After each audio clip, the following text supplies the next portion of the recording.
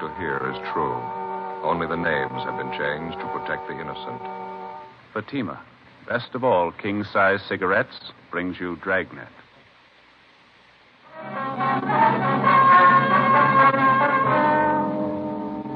You're a detective sergeant. You're assigned to homicide detail. An elderly man is found dead in the living room of his home. There's a single bullet hole in his chest. On the surface, it appears the man took his own life, but the evidence points to the opposite. Your job? Investigate. More and more smokers coast to coast are saying this about king-size Fatima every day. They're different. Better. They are different. So pleasing. Yes, in Fatima, the difference is quality. You see, Fatima contains the finest domestic and Turkish tobaccos superbly blended. And Fatima is extra mild, with a much different, much better flavor and aroma. Compare Fatima with any other king-size cigarette. You'll find Fatima gives you all the advantages of extra length, plus Fatima quality, which no other king-size cigarette has. Yes, in Fatima, the difference is quality. Next time, buy Fatima. Best of all, king-size cigarettes.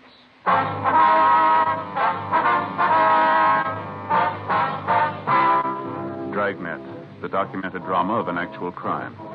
For the next 30 minutes, in cooperation with the Los Angeles Police Department, you will travel step by step on the side of the law through an actual case transcribed from official police files. From beginning to end, from crime to punishment, Dragnet is the story of your police force in action. It was Wednesday, January 10th. It was cold in Los Angeles. We were working the day watch out of homicide detail. My partner's Ben Romero. The boss is Thad Brown, chief of detectives. My name's Friday. It was 8:25 a.m. when I got to the police academy, the doctor's office. Morning. Morning. Can I help you? I'm checking in for my annual physical. Oh, okay. All right. Let's see here. Name? Joe Friday. Let's see. Friday, just like the day in the week? Yeah, that's right. Friday.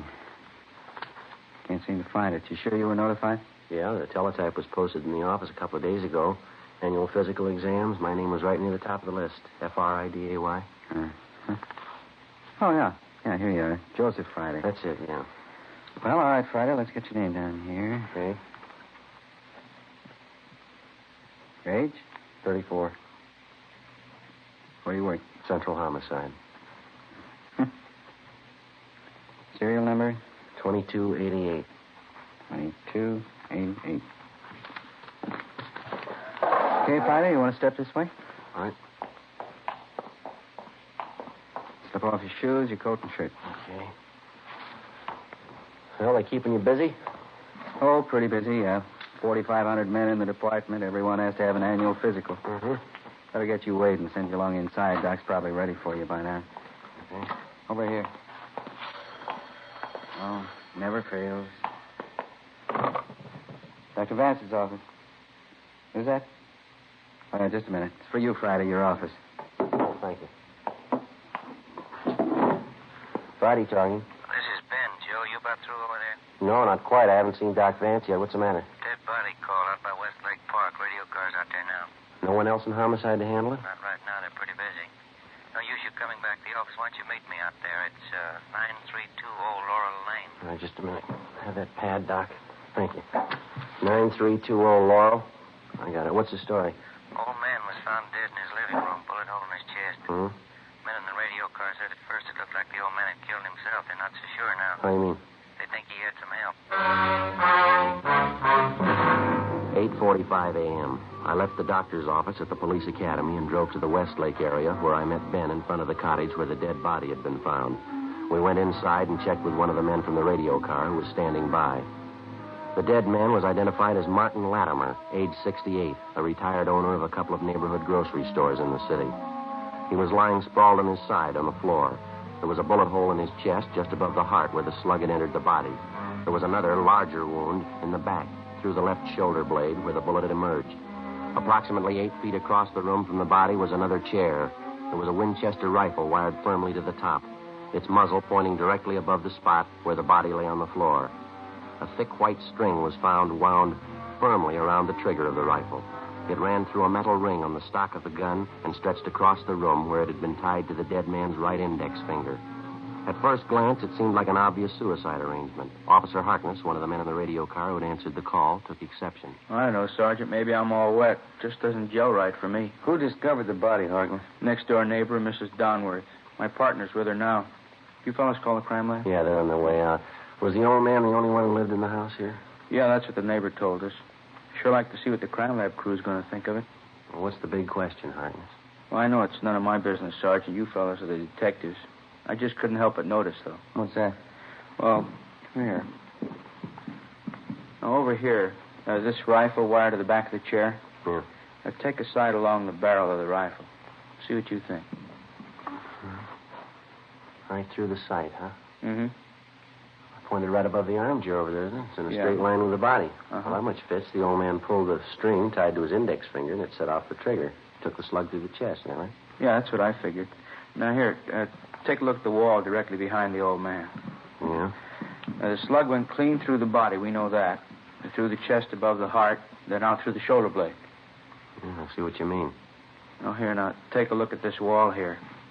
Got a mark on it. Yeah. One thing, sure, if the old man was shot in that position, the slug had to come this way. Well? Pass through his body right about this height here. Uh-huh. We ought to find the bullet hole in this wall. Right around here. Yeah, it ought to be. Not a trace of a slug there. Not much chance it could have been deflected, do you think? Well, that's what I thought. It's a 30-30 Winchester, enough power to go through a couple of plaster walls. Well, we know the slug went through the body. It's got to be somewhere in one of these four walls. Take a look over here and see what you think. All right. Down here near the corner of the wall. Where? Well, right here. Yeah, it looks like it. Ben?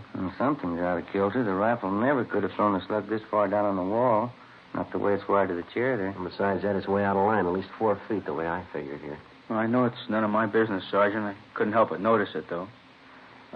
You want me to stand by outside? Yeah, okay, if you will. Would you mind checking with your partner? See if we can have that neighbor lady brought over for questioning, would you? Right, I'll check with him now. Oh, thank you. Sure. I'm going to take another look at that rifle. Well, it sure doesn't add up too well, does it? Even if the old man jerked the gun when he pulled the trigger with that string arrangement, the slug couldn't have passed through his chest, out his back, and then hit the wall where it did. Well, stand just behind the body, will you, Joe? See if it's possible to line it up. All right, what about here? That look about it to you? Yeah, that's good. Let me see here. No, not a chance, Joe. It's way out of line. Uh-huh. That's the gun that killed him. The old man didn't pull the trigger. Not from there, anyway. Well, there's one other chance. Yeah? Somebody pulled it for him. Lieutenant Lee Jones arrived with his crime lab crew and went to work. We put in a call to the coroner's office, and then the dead man's neighbor, Mrs. Elsie Donworth, was brought over for questioning. She was a chubby, matronly lady, about 45. She told us she'd been a neighbor to the aging Martin Latimer for more than 10 years. I take it you knew Mr. Latimer pretty well, ma'am. Yeah, I suppose. Didn't have any relatives, poor man. All alone. He was in the grocery business for years. He made some nice money, I guess. Retired about 8 years ago, sold both his stores. Had an income from a mortgage on one of them. $150 a month. Yeah, he was very comfortable. Mm-hmm. Wasn't a penny pincher at all, but he was thrifty. It was the same way with my husband, Claude. He used to say, take care of the dimes and the dollars will take care of themselves. Well, Mrs. Donworth, can you think of any reason why Latimer would want to take his own life? Oh, I suppose. And poor old man is getting along in years. For a long time there, he was afraid he was going to die with cancer. Is that so? Did Mr. Latimer have cancer, do you know? Oh, no, he kept thinking he was going to die with it. Could you come next door to my place while I get some of my laundry out? We could talk there. It's just across the yard. All right, ma'am, that'll be fine. Hey, do you want to tell Lee Jones will be next door, Ben? Guess you better let Harkness know, too. Yeah, right. I'll tell him. Thank you. About that cancer business, officer, Mr. Latimer was always talking about it. Yes, ma'am. He finally went to a doctor about it. That was last week only. He came back and he told me the doctor said for him not to be so silly about it. He was a well man in good health. When was the last time that you saw Latimer, ma'am? Day before yesterday. Oh, we laughed and joked over the bad things. Mm-hmm. Poor old man. He had such a nice smile. Reminded me a good deal of Claude. That was my husband. Well, I'd like to have your honest opinion, Miss Donworth. Do you think Mr. Latimer killed himself? Well, I suppose that rifle in there, that terrible contraption. Joe, I wonder if I could talk to you a minute. Yeah, okay. Would you like to go on ahead over next door, ma'am? We'll be right with you. All right, officer. Thank you very much. We'll be right there, ma'am. Yeah. Crime lab crew's having a field day. They say if the old man shot himself with that rig, it ought to make Ripley's call. They find anything definite? Dusted the rifle for fingerprints. Didn't find a warrant. How about that? Yeah, well, it makes less sense than that slug buried in the corner of the wall, doesn't it? Sure does. Checked the desk in the living room, found some correspondence Latimer was having with some woman through a Lonely Hearts Club. Yeah? You find any reason why he'd want to die? Pretty good reason why he'd want to live. Huh? Found a photograph. Beautiful girl. Looked to be about 24 or 5. What about it? She was going to marry him. The crime lab crew continued their routine investigation of Martin Latimer's cottage. They removed a .30-30 slug from the corner of one wall. Ben and I went next door to question the neighbor, Mrs. Donworth.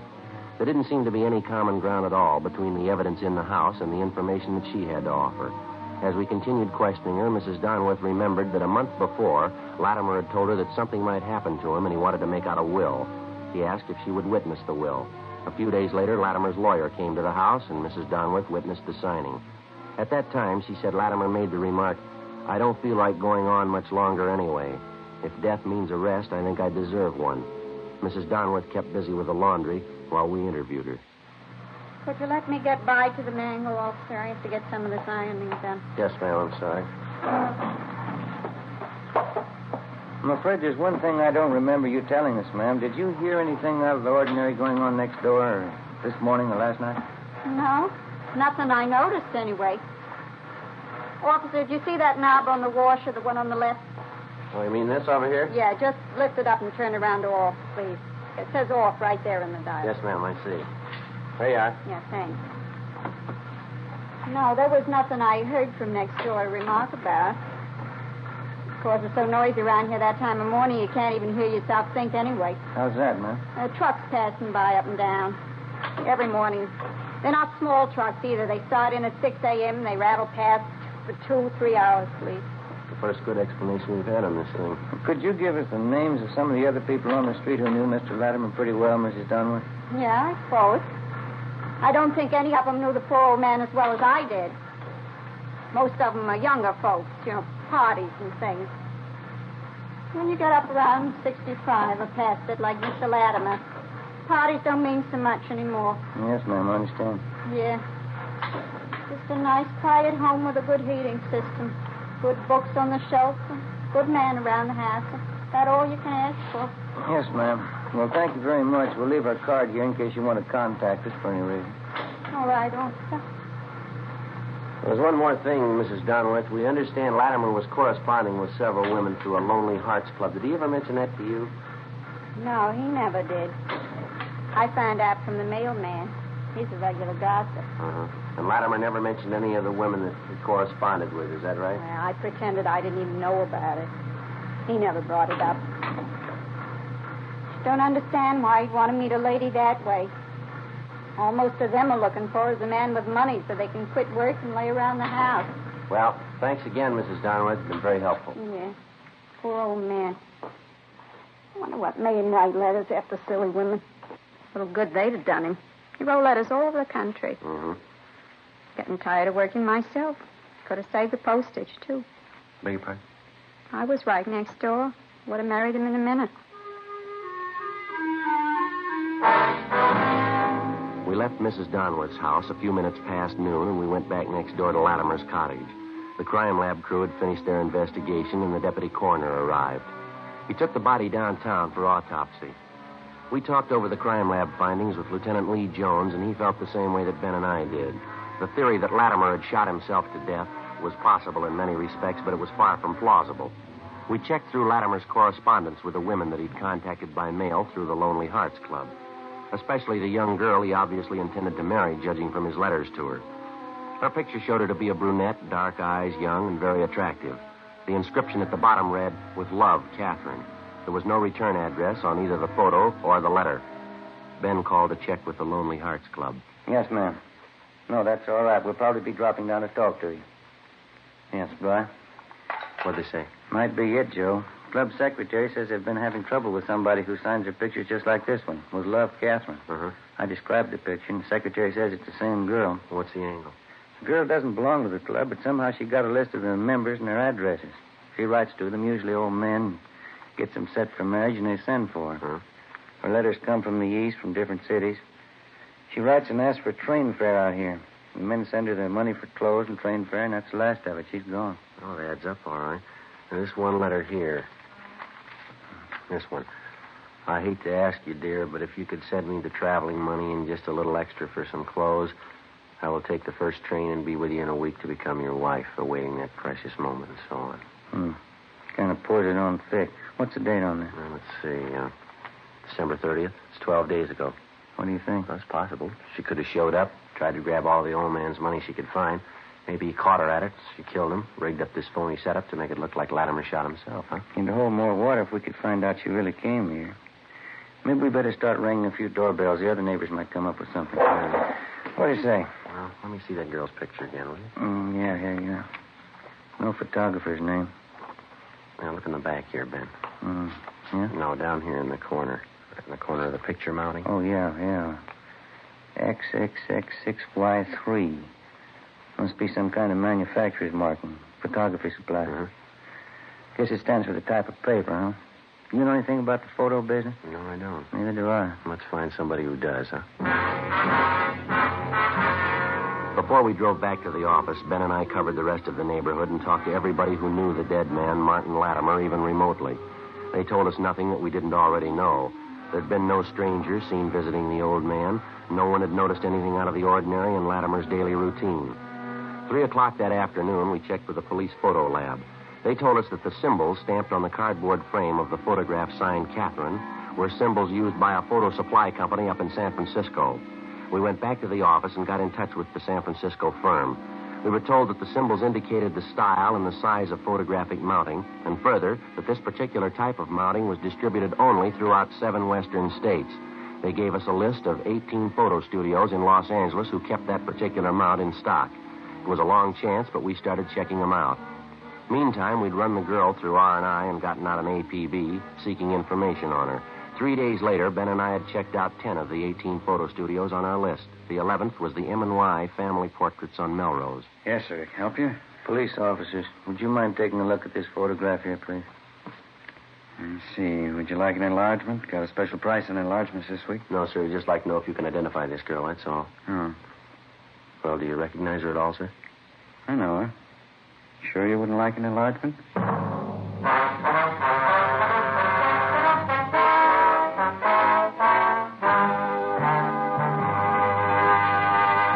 You're in a cruiser car of a Metropolitan Police Department.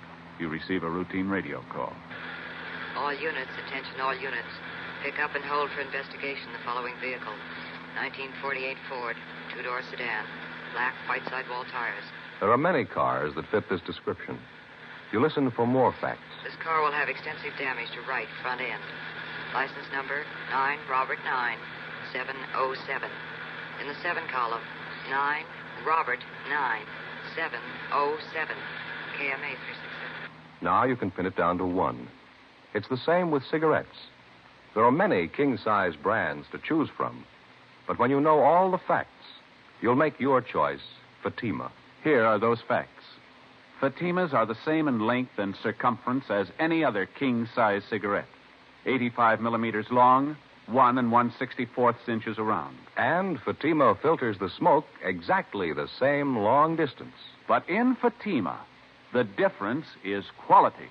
Fatima gives you extra mildness, a much different, much better flavor and aroma. Remember, Fatima gives long cigarette smokers all the advantages of extra length, plus Fatima quality, which no other king-size cigarette has. Next time, insist on the best. Buy Fatima, best of all king-size cigarettes.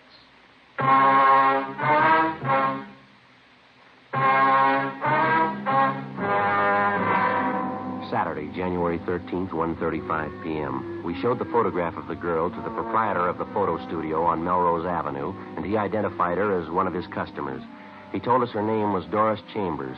She was 22 years old and a postgraduate student in chemistry at the university. She came from a fairly well-to-do family, and her father was the president of a local neighborhood bank. She didn't even come close to the type of girl that we were looking for. We got the address from the photographer, drove out to the home, and interviewed the Chambers girl. She gave a younger appearance than she did in her picture. She couldn't recognize the handwriting on the photo, nor did she understand the inscription with Love, Catherine. After questioning her, it became apparent that she knew nothing at all about 68-year-old Martin Latimer. I wonder if you'd mind taking another look at the handwriting on the picture, miss. Is it familiar at all? No, I couldn't be sure either way. Seems like I've seen it, though. Well, when did you say you had this picture made, miss? About a year ago at graduation. My mother had extra copies made up. She liked it. I didn't care for it much. Could you tell us how many people have prints of this picture? Mama had 24 copies made up. She took 12, and I took 12. Mm-hmm. She sent them to relatives, friends of ours. Kept a few. What'd you do with yours? Sent them to friends, girls at school, a few of my boyfriends. Can you remember if you autographed any of them?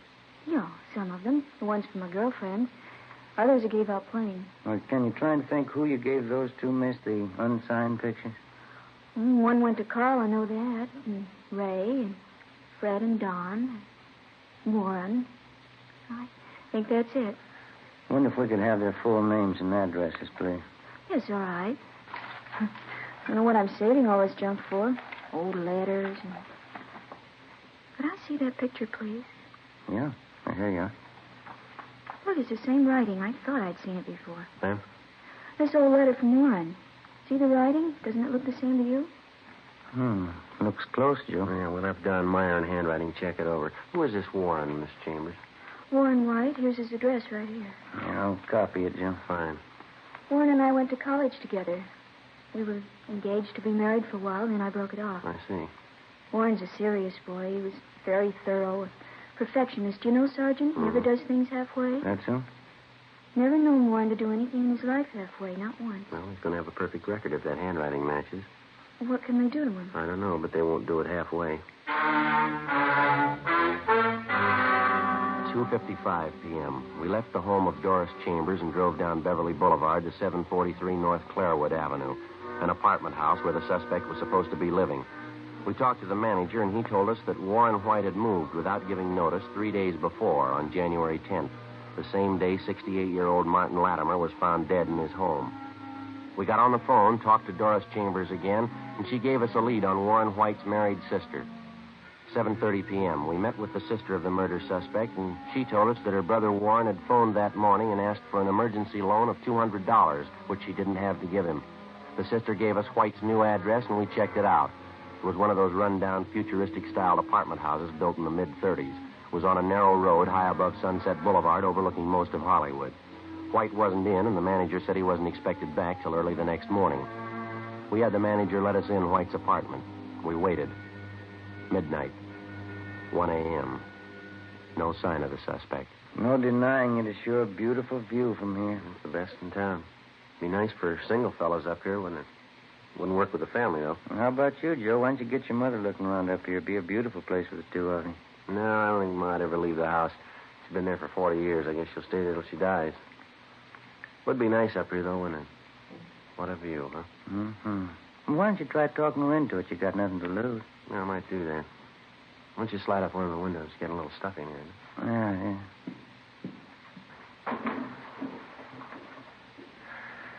Oh, smell that air, huh? That's great. Yeah. What time you got? 1:45. Oh, it's a long night. We waited.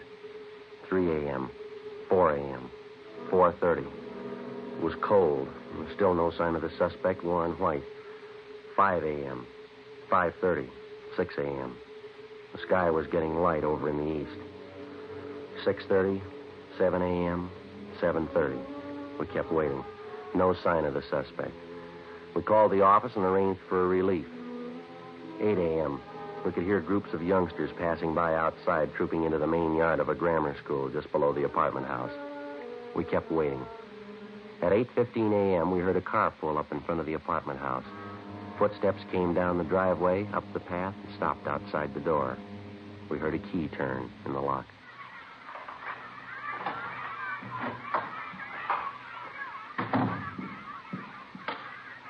What is it?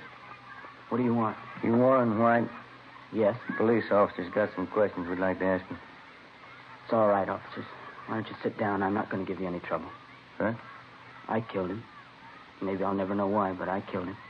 You want to tell us about it? You must have had a reason for it, rigging it for a suicide. Do you have anything against him? I hardly even knew him. He used that picture of Doris to fool. Made some good money doing it. I needed it. You willing to give us a statement about the whole thing? I haven't anything to hide, officer. The minute I killed him, I knew it was all over. Right there in that 1 minute. I knew you'd come and find me somehow. I didn't know when, but you'd come and find me. Well, okay, Ben. We better head downtown. Yeah. What? It's a great sound, isn't it? What's that? The schoolyard. Yeah. The kids. Got a great sound to it. Good one. You want to get your hat? All right. How can anybody figure it?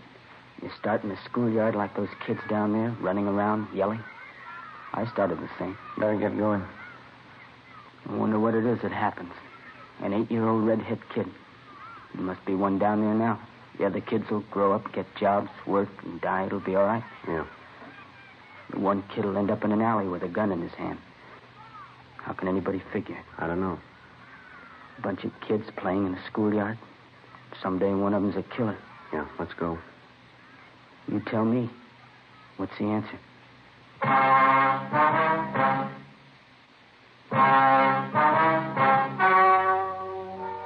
The story you have just heard was true. Only the names were changed to protect the innocent. On April 2nd, trial was held in Superior Court, Department 88, City and County of Los Angeles, State of California. In a moment, the results of that trial. And now, here is our star, Jack Webb. Thank you. Friends, it's come to my attention that some people have a misunderstanding about the cost of Fatimas. Well, I'd sure like to straighten that out for you right now. The cost of Fatima is the same as the cigarettes you're now smoking. Yes, that's right. Fatimas cost no more. But in Fatima, the difference is quality. Buy Fatima in the golden yellow package.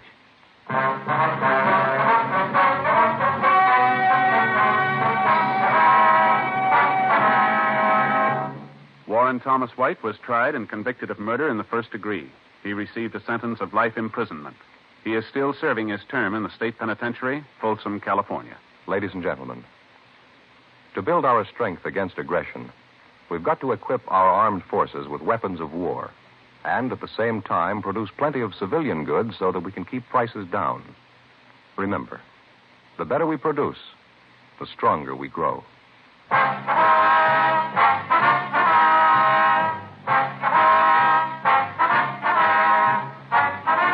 You have just heard Dragnet, a series of authentic cases from official files. Technical advice comes from the Office of Chief of Police W.H. Parker, Los Angeles Police Department. Fatima, best of all king-size cigarettes, has brought you Dragnet, transcribed from Los Angeles. Stay tuned for Counter Spy next over NBC.